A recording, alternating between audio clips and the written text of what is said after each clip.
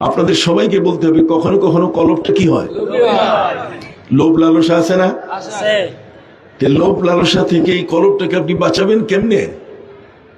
আম্মা জান আয়েশা রাদিয়াল্লাহু তাআলা আনহাকে নবী করিম সাল্লাল্লাহু আলাইহি ওয়াসাল্লাম বলেছেন, আয়েশা, লোক আমাকে খুঁজতে আসবে, আমাদের ঘরেও আমাদের পরিচিত জন বা কেউ খুঁজতে আসে, খুঁজতে আসলে ঘরের মহিলা যারা, তারা কি উত্তর দিবে?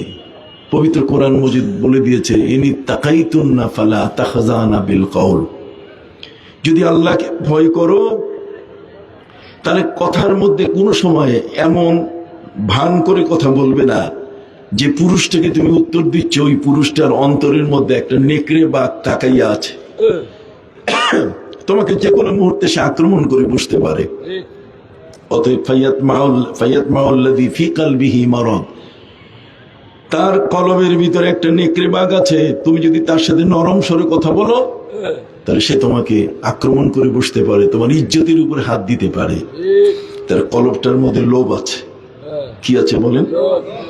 আবার কলব এমন, এটা গাফেল হয়, এটি কখনো কখনো কি গাফেল হয়। আল্লাহ পাক রব্বুল আলামিন পবিত্র কোরআন মজিদে বলছেন যে কখনো কখনো এই কলবটা গাফিল হয়ে গেলে ওয়ালা তুতি মান আগফালনা কালবাহু আন যিকরিনা, আমার জিকির থেকে যখন কোনো কলব গাফিল হয়, কলবটা জিকির করতে চায় না, এমন কলবও মানুষের ভিতরে কি আছে। আবার গুনাহ করতে করতে কাল্লা বাল রানা আলা কুলুবিহিম মা কানু ইয়াকসিবুন, মানুষের কলবের ভিতরে কখনো কখনো গুনার কারণে দাগ পড়ে, দাগ পড়লে তখন আর আস্তে আস্তে কলবটা বন্ধ যদি হয়ে যায়, তখন ওই কলবটা কখনো কোরআন হাদিসের কথা শুনতে চায় না। এই জন্য কলবটাকে কালবে সালিম করতে হবে। ইয়াউমা লা ইয়ানফাউ মালু ওয়ালা বানুনা ইল্লা মান আতাল্লাহা বিকলবিন সালিম, অর্থাৎ একটা পবিত্র কলব আপনাকে অর্জন করতে হবে। এই পবিত্র কলবটা অর্জন করতে গেলে আপনি কোথায় করবেন? সম্মানিত সুধী, এই কলবটি অর্জন করার ক্ষেত্র শুধু আমাদের এই 1500 বছরে আমরা যারা আছি আমাদের জন্যই শুধু তা নয়, বরং হযরতে উমর আমার নবীর কাছে আসার পরে তার কলবের যে ময়লা ছিল, এতদিন পর্যন্ত হযরতে উমর ছিলেন উটের রাখাল, কিন্তু বোন ভগ্নিপতিকে পিটাবার পরে যখন তাদের কণ্ঠে কোরআনের আওয়াজ শুনলেন, তখন হযরতে উমরের অন্তরের মধ্যে আলোর উদয় ঘটলো। হযরতে উমর দেখলেন, কিরে, ওয়ানাজ্জালনা আলাইকাল কিতাবা তিবয়ানাল লিকুল্লি শাই, কোরআনের মধ্যে সবকিছুর বিবরণ আছে, তাই সেই কোরআন তো আমাকেও মানা উচিত। একটা মানুষ আল্লাহর পথে আসতে একটা সামান্যতম ধাক্কায় কিন্তু তার জীবনটা পরিবর্তন হতে পারে। নবীকে মারার জন্য তরবারি নিয়ে হযরতে উমর রেডি হয়ে গেছিলেন, কিন্তু সেই উমরকে বলা হলো, উমর যাও, কই নাঙ্গা তরবারি নিয়ে, কয় মোহাম্মদকে মারতে, তার কল্লা উড়াই দিতে, সে তার বাপ দাদার ধর্মকে ধ্বংস করে দিচ্ছে। কয় তুমি কি জানো উমর, তোমার বোন ভগ্নিপতি তার কাছে কালেমা পড়েছে। রুট পরিবর্তন হয়ে গেল, পথ পরিবর্তন হয়ে গেল। হযরতে উমর বোন ভগ্নিপতির বাড়িতে রওনা হয়ে গেলেন। কাছাকাছি যখন পৌঁছে গেছেন, তখন তো এত বড় বিল্ডিং বালাখানা ছিল না, কে আসতেছে দূর থেকে দেখা যায় হযরতে উমরের বোন ভগ্নিপতিকে কোরআন পড়াচ্ছিলেন হযরতে আম্মার ইবনে ইয়াসির, নবী করিম সাল্লাল্লাহু আলাইহি ওয়াসাল্লামের সাহাবী। সবার মধ্যে হযরতে উমরের একটা আতঙ্ক ছিল। কি ছিল বলেন? আতঙ্ক, যে উমর যদি কোথাও যায় তাহলে যে কোনো একটা কিছু করতে পারে। দেখেন না বর্তমান সময় কিছু কিছু লোক দিয়ে আমরা আতঙ্কিত থাকি কিনা, যে এদের সামনে গেলে আবার কোনটা কইরা বসে, কোনটা কইরা বসে, ব্যালেন্স হারা হয়ে গেছে মানুষ। হযরতে উমর তিনি ছিলেন এমন, বোন ভগ্নিপতির বাড়িতে উনি যখন এসে পৌঁছতেছেন, ঠিক ওই মুহূর্তে সেই ঘরে ওস্তাদ যিনি ছিলেন, শিক্ষক, তার নাম কি? আম্মার ইবনে ইয়াসির রাদিয়াল্লাহু তাআলা। হযরতে আম্মার ইবনে ইয়াসির তিনি উমরের ভয়ে খাটের তলে লুকায় গেছেন, কারণ এটা তো নিষিদ্ধ একটা জিনিস। কোরআন কাউকে পড়ানো, মুহাম্মদের কাছে কেউ যাওয়া, এটা তাদের সামাজিক ভাবে তারা নিষিদ্ধ করে ফেলেছে। মুহাম্মদ সাল্লাল্লাহু আলাইহি ওয়াসাল্লাম কোরআন পড়বেন, এটা যেন কেউ শুনতে না যায়, এটা সামাজিক ভাবে নিষিদ্ধ করেছে আবু জাহাল। ওয়া ক্বালাল্লাযীনা কাফারু লা তাসমাউ লিহাযাল কুরআন, খবরদার এই কোরআন শুনতে যাইও না, ওয়ালগাউ ফি, এবং কোরআন যখন মুহাম্মদ সাল্লাল্লাহু আলাইহি ওয়াসাল্লাম পড়বেন তখন তোমরা উলুধ্বনি দাও, যাতে করে এই আওয়াজ কারো কানে না পৌঁছায়। কোরআনের আওয়াজ কারো কানে যদি পৌঁছায় তাহলে সেই মানুষটি কালেমা না পড়ে পারে না। আর সেই কণ্ঠটা এই ডক্টর কাফিল উদ্দিনের কণ্ঠ নয়, এই কণ্ঠটা কারি আব্দুল বাসেদ, আব্দুল সামাদ আব্দুল বাসেদের কণ্ঠ নয়, এই কণ্ঠ হচ্ছে স্বয়ং প্যারা নবী হযরত মুহাম্মদুর রাসূলুল্লাহ সাল্লাল্লাহু আলাইহি সাল্লামের কণ্ঠ। আর সেই কণ্ঠে যখন কোরআন তেলাওয়াত হয় তো পৃথিবীর মধ্যে যত বড় পাথরই মন হোক না কেন, সেই শব্দ জগদ্দল পাথরটা পর্যন্ত মোমের মতো কি গলে যায়। সুবহানাল্লাহ। অতএব দিনের বেলায় পার্লামেন্টে সিদ্ধান্ত, কাফের পার্লামেন্টের সিদ্ধান্ত, খবরদার আমরা কেউ মুহাম্মদ সাল্লাল্লাহু আলাইহি ওয়াসাল্লামের কাছে যাব না, তার কাছে তার বাড়ির পাশে গিয়ে কেউ আমরা রাতের বেলায় কোরআন শুনবো না। সবাই একমত, কিন্তু রাতের বেলায় মনটা পাগল হয়ে যায়, এত সুন্দর সুরে তিনি কোরআন পড়েন, চলো তো একটু শুনি। নবীজি সাল্লাল্লাহু আলাইহি ওয়াসাল্লামের ঘরের পাশে গিয়ে যখন তারা দাঁড়ায় অন্ধকারে, তখন একজনের পা আরেকজনের সাথে বাড়ি খায়। রে তুই কে? আমি তো আবু জাহাল। তুমি কে? আমি তো আবু লাহাব। তোমরা না পাশ করলে আইন, এখানে আসছো কেন? তার কণ্ঠের কোরআনটা এত মধুর। সুবহানাল্লাহ বলেন। পৃথিবীর মধ্যে আসমানি কিতাব যদি কেউ পড়তে পারে, আসমানি কিতাবের তেলাওয়াত যারা করেন, হযরতে নবী দাউদ আলাইহিস সালাম তিনি জবুর যখন তেলাওয়াত করতেন, জবুর শরীফ তেলাওয়াত করলে আকাশের পাখিগুলো ডানা মেলে থেমে যেত শোনার জন্য। পাখি আসমানি কিতাবের তেলাওয়াত শুনে সুবহানাল্লাহ বলেন থেমে যেত। শুধু তাই নয়, বরং পাহাড়গুলোর মধ্যে দোলন সৃষ্টি হতো, ঢেউ সৃষ্টি হতো। পাহাড়গুলোর মধ্যে কি সৃষ্টি হতো? ঢেউ সৃষ্টি হতো। আসমানি কিতাবের তেলাওয়াত আর কোরআনের তেলাওয়াত তো বেমিসাল। আল্লাহ কোরআনের তেলাওয়াতটাকে একটা বিশাল ইসলামের সংস্কৃতি বলেছেন, ওয়ারাত্তিলিল কোরআনা তারতিলা। কোরআনকে তারতিলের সাথে বড়। তারতিল মানে কি? তারতিল শব্দের অর্থ হচ্ছে যত আস্তে আস্তে পড়বে তত সুর হবে। কোরআন যত তাড়াতাড়ি পড়বেন সুর হবে না। যেমন আলহামদুলিল্লাহি রাব্বিল আলামিন আর রহমানির রহিম মালিকি ইয়াউমিদ্দিন ইয়্যাকা না'বুদু ওয়া ইয়্যাকা নাস্তাঈন ইহদিনাস সিরাতাল মুস্তাকিম, এইভাবে যদি পড়েন কোনো সুর নাই। আর যখন আস্তে পড়বেন, আস্তে পড়াটার নামই হলো তারতিল। আলহামদুলিল্লাহি রাব্বিল আলামিন আর রহমানির রহিম মালিকি ইয়াউমিদ্দিন। তাহলে আগেরটা আর পরেরটার মধ্যে পার্থক্য আছে না? একটা হাত উঁচু করে বলেন আছে কিনা? আলহামদুলিল্লাহ। দুইটার মধ্যে কি আছে?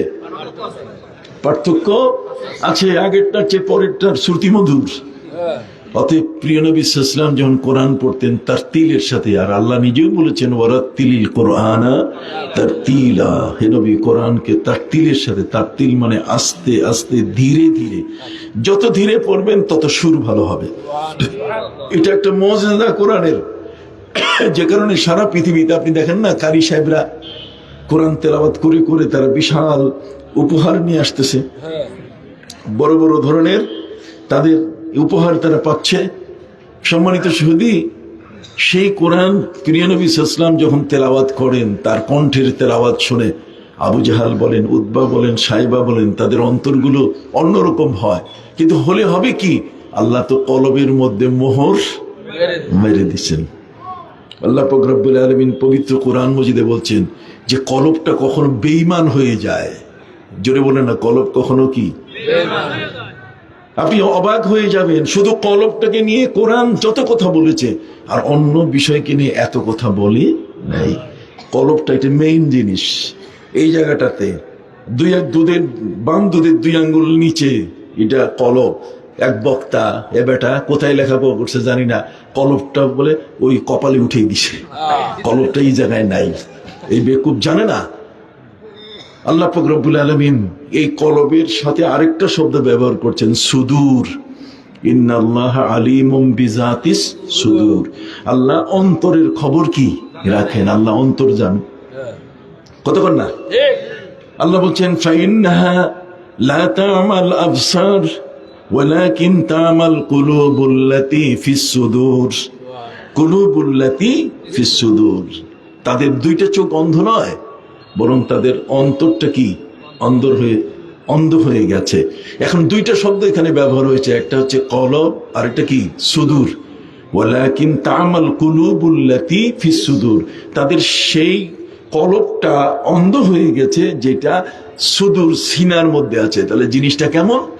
জিনিসটা হচ্ছে এই যে আপনারা এই দেখছেন, এই যে কমলা লেবু, কতক্ষণ না, এই কমলা লেবুর ভিতরে কি থাকে? কমলাটার উপরে কি ঢাকনাটা, উপরে কি ঢাকনা। তাহলে এই উপরে এই যে আমার চামড়ার সাথে উপরে যে জিনিসটা, এটার নাম হচ্ছে চেস্ট। এটা চেস্ট, এটাকে বাংলায় বলে সদর, মানে আরবিতে বলে কি সদর। বুক, এই যেটাকে আমরা বুক বলে থাকি, সিনা। এই সিনাটা হলো উপরে, আর সিনাটার ভিতরে কি আছে? কলব আছে। তার কলবের ঢাকনা হলো কি? সিনা।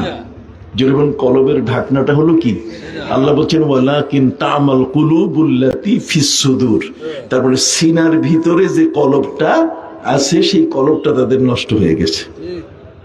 আপনার কথা কি বুঝতে পারছেন? আমি আপনাদের খেদমতে বিনয়ের সাথে আরজ করতে চাই, হযরত ওমর ফারুক রাদিয়াল্লাহু তাআলা আনহু, তিনি বোন ভগ্নিপতির বাড়িতে গিয়ে ভগ্নিপতির কণ্ঠে কোরআনের তেলাওয়াত শুনে তিনি অবাক হয়ে গেলেন। তারপরে তিনি মারা ছাড়েন নাই। তিনি নিজের ভগ্নিপতিকে পেটাবার পরে যখন বোনের কাছে আসলেন, বোনের মুখ থেকে আওয়াজ আসলো, ওয়ানাজ্জালনা আলাইকাল কিতাবা তিবয়ানাল লিকুল্লি শাই। আমি এমন এক কোরআন নাজিল করেছি যেখানে সবকিছুর ফয়সালা আছে।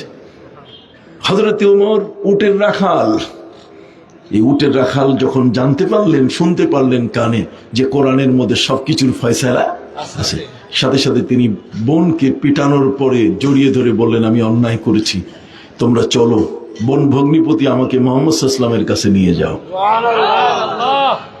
প্রিয় নবী মুহাম্মদ সাল্লাল্লাহু আলাইহি ওয়াসাল্লামের কাছে যখন নিয়ে গেল, ওমর মানে আতঙ্ক, ওমর মানে কি আতঙ্ক। সেই ওমরকে নিয়ে যখন নবীজির কাছে নিয়ে যাওয়া হলো মক্কায়, আপনি অবাক হয়ে যাবেন, নবীজি তখন ইউনিভার্সিটি খুলেছিলেন মক্কায়, কাবা ঘরের প্রায় 200 গজ দূরে সাফা পাহাড়ের সাথে দারে আরকাম একটা মাদ্রাসা তিনি খুলেছিলেন।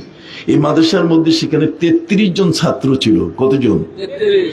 নবী করিম সাল্লাল্লাহু আলাইহি ওয়াসাল্লাম পৃথিবীর প্রথম বিশ্ববিদ্যালয় তিনি প্রতিষ্ঠা করেন। এটা কোরআনের বিশ্ববিদ্যালয়।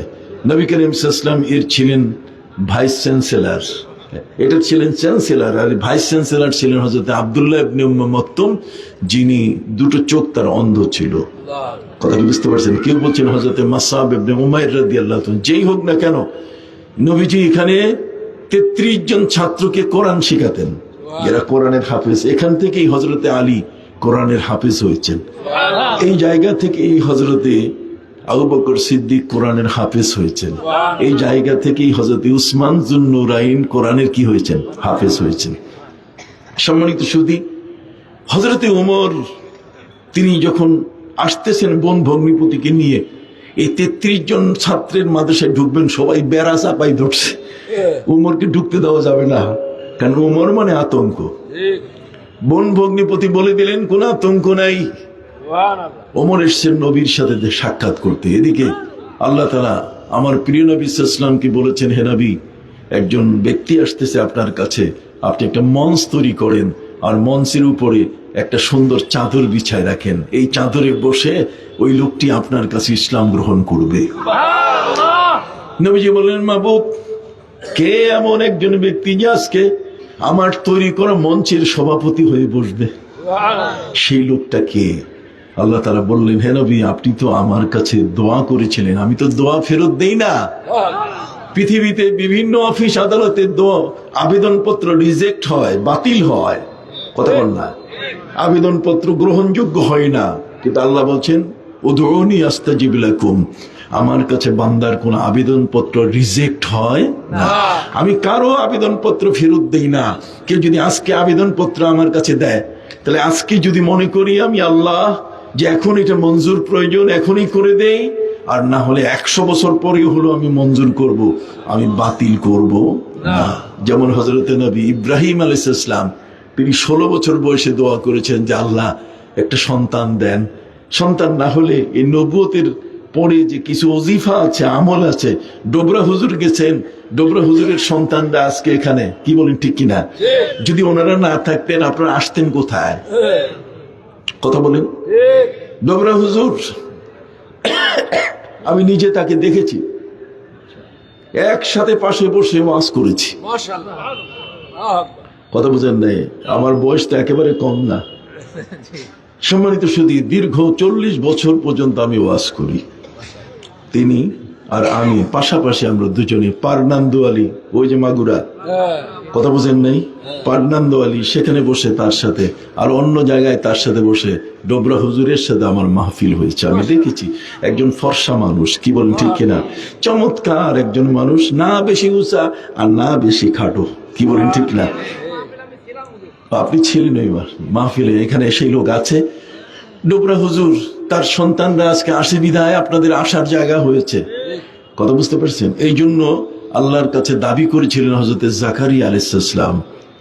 দীর্ঘ 94 বছর বয়স হওয়ার পরে জাকারিয়া আলাইহিস সালাম দেখলেন তার কাছে কোনো সন্তান তার স্ত্রীর গর্ভে আসে না। তিনি দায়িত্বে ছিলেন হযরত মরিয়মের। হযরত মরিয়মের লালনের দায়িত্বে তিনি ছিলেন। মরিয়মও তো ঠিক তার মা হান্না বিনতে ফাকুস, তিনি ওইরকম বার্ধক্য বয়সে যাওয়ার পরে বেড়াতে গেছিলেন এক আত্মীয়ের বাড়িতে। ফেরার পথে প্রচন্ড রৌদ্র, একটা গাছের নিচে তিনি বিশ্রাম নিচ্ছিলেন। বিশ্রাম নিয়ে একটু ঘুমিয়ে পড়েছেন। চোখ খুলে তিনি দেখলেন যে গাছের ডালে একটা পাখি তার ছানাকে আধার খাওয়াচ্ছে। তিনি আল্লাহর কাছে আবেদন করলেন যে আল্লাহ, ওই পাখিটাকেও তো আপনি এক বাচ্চা দিয়ে খুশি করছেন, আর আপনি আমাকে দেন নাই। আপনি দেন, আমি আপনাকে কথা দিচ্ছি, আমি আপনার সাথে ওয়াদা দিচ্ছি, ইন্নী নাযারতু লাকা মা ফি বাতনি মুহাররারা, আমার মান্নত করলাম আমি, যদি তুমি আমাকে খুশি করো, আমার গর্ভে সন্তান দাও, এই সন্তানটি আমি নিজের কাজে ব্যবহার করব না, একে বাইতুল মুকাদ্দাসের খাদেম বানাই দিব। তার মানে তিনি সন্তান চেয়েছেন, আর এক সন্তানের প্রার্থনার ভিতরে তিনি বলছেন বাইতুল মুকাদ্দাসের খাদেম। তার অর্থ হলো ছেলে দিবেন। কি দিবেন? ছেলে। কিন্তু জন্ম দিয়েছেন কি? মেয়ে। যখনই মেয়ে জন্ম দিয়েছেন তখন তিনি আল্লাহর কাছে বলেন যে আল্লাহ, ইন্নী ওয়াদাতুহা উনসা, আমি তো মেয়ে জন্ম দিয়েছি। আল্লাহ গোসা হয়ে গেছেন। আল্লাহ বলছেন ওয়াল্লাহু আ'লামু বিমা ওয়াদাতি, তুমি কি জন্ম দিয়েছো তোমার চেয়ে বেশি আমি জানি। তোমার গর্ভে যাকে পাঠিয়েছি তার কারিগর তো আমি। খালাকাকা ফাসাওয়াকা ফাআদালাক, কতক্ষণ না? কাজে সৃষ্টি করে তাকে সুন্দর করা এবং তাকে উপযুক্ত করে পৃথিবীতে পাঠানো, এটা হলো আমি আল্লাহর কি দায়িত্ব। অতএব তুমি কি জানো, তুমি চেয়েছো ছেলে, আর আমি দিয়েছি কি? আমি তোমাকে বলি ওয়ালাইসা যাকারু কাল উনসা, তোমাকে যে মেয়েটা দিয়েছি এটা কোটি কোটি পুরুষের চেয়ে, ছেলের চেয়ে উত্তম। আমি তাকে সারা পৃথিবীর সবার কাছে পরিচিত করাবো। তার মানে একজন নবীর মা বানাবো, হযরত ঈসা নবীর মা বানাবো। অতএব নাম রাখছো? কাহা নাম রাখছি ওয়াইন্নী সাম্মাইতুহা মারিয়াম, আমি তার নাম রেখেছি কি? মরিয়ম। তাহলে সেই মরিয়মের এখন লালন করবে কে? যেহেতু বাচ্চা জন্ম নিয়েছে, তিনি আল্লাহর কাছে মানত করেছেন বাইতুল মুকাদ্দাসের খাদেম, অতএব বাইতুল মুকাদ্দাসের পাশে রাখতে হবে সবাই। যেহেতু তার পিতা হচ্ছেন একজন ইমাম সাহেব, ইমাম সাহেবের দাম কোনো যুগে কমে না। আমরা কমাই দেই ইমাম সাহেবের দাম। আমরা ইমাম সাহেবদের নিয়ে সকালে চাকরি দেই, বিকালে ওদেরকে নট করে দেই। আমরা নিজের ছেলেটার ভালো চাকরিতে পয়সা যদি বেতন কম হলে আমরা বদল করি, আর মহল্লার ইমাম, আমার ইমামদের আমরা বেতন যত কম দিতে পারি। এটাই তো আমি চেয়েছিলাম। ইমামদের পেটের দালালি করেছিলাম আমি, কতক্ষণ না? ইমামদের পেটের দালালি করেছিলাম যাতে ওরা কিছু বেতন পায়। কিন্তু কিছু দুষ্ট চক্র, কতক্ষণ না, এই মূল জিনিসটাকে বাদ দিয়ে গোপন করে আমাকে ফাঁসাই দিল আরেকটা জিনিস দিয়ে। কথা বুঝেন নাই? বড় মুশকিল। এই মিডিয়া বড় দুষ্ট, কথা বুঝতে পারছেন? বড় দুষ্ট, যেটা বলার মতো না। মূল জিনিসটা গোপন রাখে, আসল জিনিসটা বলে না। আমি চাইলাম তাদের, কতক্ষণ না, ইমাম আর মুয়াজ্জিনের 4টা পেটের ভাত। আমি বলেছিলাম ওই পশ্চিমবঙ্গের মমতা ব্যানার্জি যদি একজন ইমামের 3000 আর মুয়াজ্জিনের 1500 বেতন দিতে পারে, তো আপনি তো আমাদের দেশের এই গরিব মুয়াজ্জিনের ইমামের জন্য 10,000 এবং মুয়াজ্জিনের 5,000 টাকা বেতন দিতে পারেন। আপনি যেহেতু প্রসূতি, বিধবা এবং মুক্তিযোদ্ধা কল্যাণের ট্রাস্টের জন্য 55,500 কোটি টাকা অনুদান দিয়েছেন। কথা কন না, ইমামরা আপনার দিকে তাকিয়ে আছে। কথা কন না, আপনি যদি এদেরকে দেন এদের দোয়ার হাত আপনি পাবেন। আমি কি অন্যায় বলেছি? সেটা বাদ দিয়ে আরেকটা কথা বুঝতে পারছেন। আল্লাহ পবিত্র কোরআনে প্রশংসা করতে বলেছেন। প্রশংসা, বৈধ প্রশংসা করাটা কোনো অন্যায় নয়। যাই হোক বন্ধুরা আমার, আমি আপনাদের খেদমতে বিনয়ের সাথে আরজ করতে চাই, এই জগতের মধ্যে ইমরান যিনি ছিলেন, যার নামে পবিত্র কোরআনের সূরা নাজিল হয়েছে আলে ইমরান। ইমরান ছিলেন ইমাম। ওই ইমামের ঘরে জন্ম নিয়েছেন কে? হযরতে মরিয়ম। কথা বুঝেন নাই? সেই মরিয়মের লালন করবে কে? সবাই ইমাম সাহেবের মেয়েকে লালন করার জন্য প্রস্তুত। আল্লাহ বলছেন না, এভাবে হবে না। তোমরা তোমাদের কলমগুলো, যে কলমগুলো দিয়ে তৌরাত লেখো, এটা নদীতে ফেলে দাও। যার কলম ভেসে উঠবে সেই দায়িত্ব পাবে। আল্লাহ বলছেন আমার নবীকে, ওয়ামা কুনতা লাদাইহিম ইজ ইউলকুনা আকলামাহুম। হে নবী, ওরা যখন কলম নিক্ষেপ করছিল নদীর মধ্যে মরিয়মের দায়িত্ব নেওয়ার জন্য, তখন আপনি ছিলেন না। কথা বল না। ওই কলমের মধ্যে একটা কলম ভেসে উঠেছে, আর সেটা হলো হযরতে জাকারিয়া আলাইহিস সালামের কলম। হযরতে জাকারিয়া আলাইহিস সালামকে আল্লাহ দায়িত্ব দিলেন যে মরিয়মকে দেখাশোনা করো। হযরতে মরিয়মের জন্য ছোট্ট শিশু, উনি সকালবেলায় দুধ নিয়ে আসেন, বিকালে দুধ নিয়ে আসেন, তালা খুলে দেখেন কিসের দুধ কিসের কি, অসংখ্য গণিত জান্নাতের জুস। কতক্ষণ না, জান্নাতের কি জুস, ছোট্ট শিশুর যত খাবার, এই সবগুলো দিয়ে গোটা ঘর ভর্তি হয়ে আছে। তিনি জিজ্ঞাসা করলেন, ইয়া মারিয়াম আন্না লাকি হাযা, মরিয়ম এটা কোথায় পেলে তুমি? তখন মরিয়ম বলেন, ক্বালাত হুয়া মিন ইনদিল্লাহ, আল্লাহর পক্ষ থেকে আমাকে খাবার দেওয়া হচ্ছে। সুবহানাল্লাহ বলেন। তাহলে আল্লাহর পক্ষ থেকে যা জুস লাগে, ম্যাঙ্গো জুস, আপেল জুস, কতক্ষণ না, এর মধ্যে আরো যত ধরনের জুস আছে, সব জুসগুলো সব খেতে পারে হযরতে মরিয়মের কাছে। হযরতে জাকারিয়া আলাইহিস সালাম দায়িত্ব পাইলেন বটে, কিন্তু কষ্ট একটা, যে তারও ঘরে কোনো সন্তান নাই। হুনালিকা দা জাকারিয়াল মিহরাব। হযরতে জাকারিয়া আলাইহিস সালাম মরিয়মের ঘরের পাশে দাঁড়িয়ে আল্লাহর কাছে বলছেন যে আল্লাহ, এই মরিয়মকে যেমন তার মাকে দিয়েছো, আমাকেও একটা দিয়ে দাও। এই প্রার্থনা করতে গিয়ে তিনি আল্লাহর কাছে ভান করলেন। ভান করা জায়েজ আছে। পবিত্র হাদিস শরীফের মধ্যে আছে, ফাইল্লাম তাবকু ফাতাবাকু, যদি কানতে না পারো তাহলে কান্নার ভান করো। কানতে না পারলে কান্নার কি ভান করো। সম্মানিত সুধী, হযরতে জাকারিয়া আলাইহিস সালাম তিনি তার হাতের এই যে জামার যে হাতা, এই হাতাটা কাছায় নিলেন, মাথার পাগড়ি খুলে ফেললেন। এবার আল্লাহর কাছে বলছেন, রব্বি ইন্নী ওয়াহানাল আযমু মিন্নি, আল্লাহ আমার দেখেন দুই হাতে কোনো গোশত নাই, শুধু হাড়, ওয়াশতাআলার রাসু শাইবা, আর আমার মাথার চুল সব পাকা। আমার যদি সন্তান না থাকে তাহলে আমার এই তরিকা চালাবে কে? কথা কন না। আমার সন্তান যদি না থাকে তাহলে আমি যে ওজিফা, আমি যে আমলগুলো করে গেলাম, আমার ভক্তরা এই আমলটাকে ধরে রাখবে, এদেরকে ট্রেনিং দিবে কে? কাজী ফাহাবলি মিল্লাদুনকা ওয়ালিয়া, আল্লাহ আপনি আমাকে সন্তান দান করুন। সম্মানিত সুধী, আল্লাহ পাক রব্বুল আলামিন হযরতে জাকারিয়া আলাইহিস সালামের দোয়া কবুল করে নিলেন। তিনি বলেন, ইয়া জাকারিয়া ইন্না নুবাশশিরুকা বিগুলামিন ইসমুহু ইয়াহইয়া, ইয়াহইয়া নামক সন্তান আমি তোমাকে দিয়ে দিলাম। আপনি কি কথা বুঝতে পারছেন? তাহলে এই ডোবরা শরীফ, দরবার শরীফ, এটা চালাবার জন্য তাদের সন্তানরা আছে বিধায় তো আমরা আসছি। আমি ডক্টর কাফিল উদ্দিন সরকার যেমন আসার সুযোগ পেয়েছি, আপনারাও তো দেশ বিদেশ কাছে দূরের থেকে আপনারা আসার সুযোগ পাইছেন না?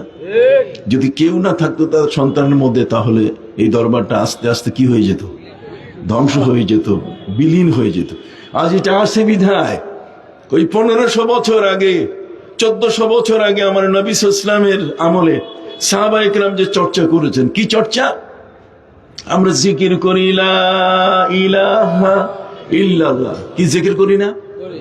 এই জিকিরটা কে চালু করেছেন? এই জিকিরটা চালু করেছেন হযরত আবু বকর সিদ্দিক রাদিয়াল্লাহু তাআলা। সুবহানাল্লাহ। আবু বকর সিদ্দিক তিনি জিকির চালু করছেন লা ইলাহা ইল্লাল্লাহ। তাহলে বুঝা গেল তরিকতের আমল সাহাবায়ে কেরামের যুগ থেকে আসছে।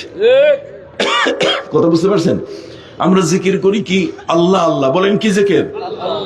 আমার সাথে করেন আল্লাহ আল্লাহ আল্লাহ আল্লাহ আল্লাহ আল্লাহ। এই যে আল্লাহ আল্লাহ জিকিরের যে মজাটা, এইভাবে যে জিকির করা যায়, এটা চালু করছেন যিনি নবী করিম সাল্লাল্লাহু আলাইহি সাল্লামের এই সাক্ষ্য পেয়েছেন। নবীজি বলেছেন আনা মাদিনাতুল ইলমি ওয়া আলিয়ুন বাবুহা, আমি হলাম জ্ঞানের শহর আর আলী হলেন তার তোরণ, তার গেট। এই হযরতে আলী আল্লাহ আল্লাহ জিকির চালু করছে। তাহলে ডোবরার পিসা হুজুরের সাহেবজাদারা, ডোবরার পিসা হুজুর, শর্ষিনার পিসা হুজুর, ফুলফুলার পিসা হুজুর, এগুলো সত্য গোড়া এক জায়গায়। সুফি ফতে আলী ওয়াইসি রহমতুল্লাহি আলাইহি, যিনি রসুল নুমা, যিনি চক্ষু বন্ধ করে নবীজিকে দেখতে পেতেন। এই সমস্ত মহান ওলিদের সন্তানরা, এদের চক্ষু, এদের আমল, এদের আখলাক এমন ভাবে স্বীকৃত যে এদের আমলের সামান্য ত্রুটি হলেও সেটাও সংশোধনের ব্যবস্থা হয়। সুবহানাল্লাহ বলেন। এই জন্য আমি আমার ভাইদের খেদমতে আরজ করতে চাই যে হযরতে আবু বকর সিদ্দিক, হযরতে ওমর, এই সমস্ত ব্যক্তি এরা হচ্ছেন ওলিদের প্রথম কাতারের ব্যক্তি, আল্লাহর ওলিদের প্রথম কাতারের কি ব্যক্তি। হযরতে ওমর, আল্লাহ তাআলা নবীজিকে বললেন যে মঞ্চ সাজায় রাখেন, একজন আসতেছে আপনার কাছে কালেমা পড়বে। নবী করিম সাল্লাল্লাহু আলাইহি ওয়াসাল্লাম বললেন যে আমার সাজানো মঞ্চে আমার চাদর বিছিয়ে দিব, আর সেই চাদরের উপরে বসে আমার হাতে কালেমা পড়বে। এই সভাপতিটা কে? আল্লাহর কাছে তিনি জিজ্ঞাসা করেন। আল্লাহ বলছেন, হে নবী, আপনি তো আমার কাছে দোয়া করেছিলেন, আপনার দোয়ায় যেটা ছিল সেটা হলো যে আল্লাহ এই মক্কার দুইজন ব্যক্তির কোন একজনকে আপনি কালেমা পড়ার সুযোগ দেন, হয়তো আবু জাহেলকে দেন আর নালে ওমরকে দেন। আল্লাহ বলছেন আবু জাহেল এটা শয়তান, ওটা শিয়াল। কথা বল না, পৃথিবীর মধ্যে শিয়ালকে কেউ পালে না, শিয়াল কেউ পুষে না। আপনি শিয়ালকে কেউ পুষে? যে তোর চালাক মুরগি চুরি করে খায়। আর কুকুরকে পুষে, তার কারণ কুকুর বিশ্বাসঘাতক না। কথা বল না, কুকুর কি বিশ্বাসঘাতক না। কুকুরকে পালার জন্য ইসলাম কালবে মুআল্লাম তার স্বীকৃতি দিয়েছে। কথা বুঝতে পারছেন? কিন্তু শিয়াল পালার কোনো সুযোগ। আবু জাহেল হচ্ছে শিয়ালের গোষ্ঠী, যা রাখবেন সব খাইয়া শেষ করবে। অতএব হযরতে ওমরের জন্য আল্লাহ দোয়া কবুল করে নিয়েছেন। হযরতে ওমর দারে আরকামের দরজা ঠেলে এসে বলে আমাকে ভিতরে ঢুকতে দেন, কিন্তু ভিতরে সাহাবীদের মধ্যে আতঙ্ক। কথা বল না, ওমর ঢুকলে যদি আবার কিছু করে, হাতে তো নাঙ্গা তরবারি, হাতে একটা খোলা কি তরবারি। এই তরবারি নিয়ে ওমর ঢুকে, তার সাথে বন ভগ্নিপতি, তাদের গায়ের কাপড়গুলো সব রক্তাক্ত।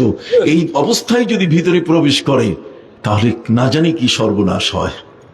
সম্মানিত সুধী, আমার নবীজি বলেন খুলে দাও, দরজা খুলে দাও, আমি তো আছি এখানে, দেখি উমরের কতটুকু সাহস। হযরতে ওমর আমার নবীর সামনে বন ভগ্নিপতিকে সাথে নিয়ে বলছে, হে নবী, আমি বুঝি নাই, আমি অন্যায় করেছি, এই তরবারি আপনার হাতে আমি সুপুর্দ করলাম, এই তরবারি দিয়ে আপনি আমাকে যা ইচ্ছা তাই করেন।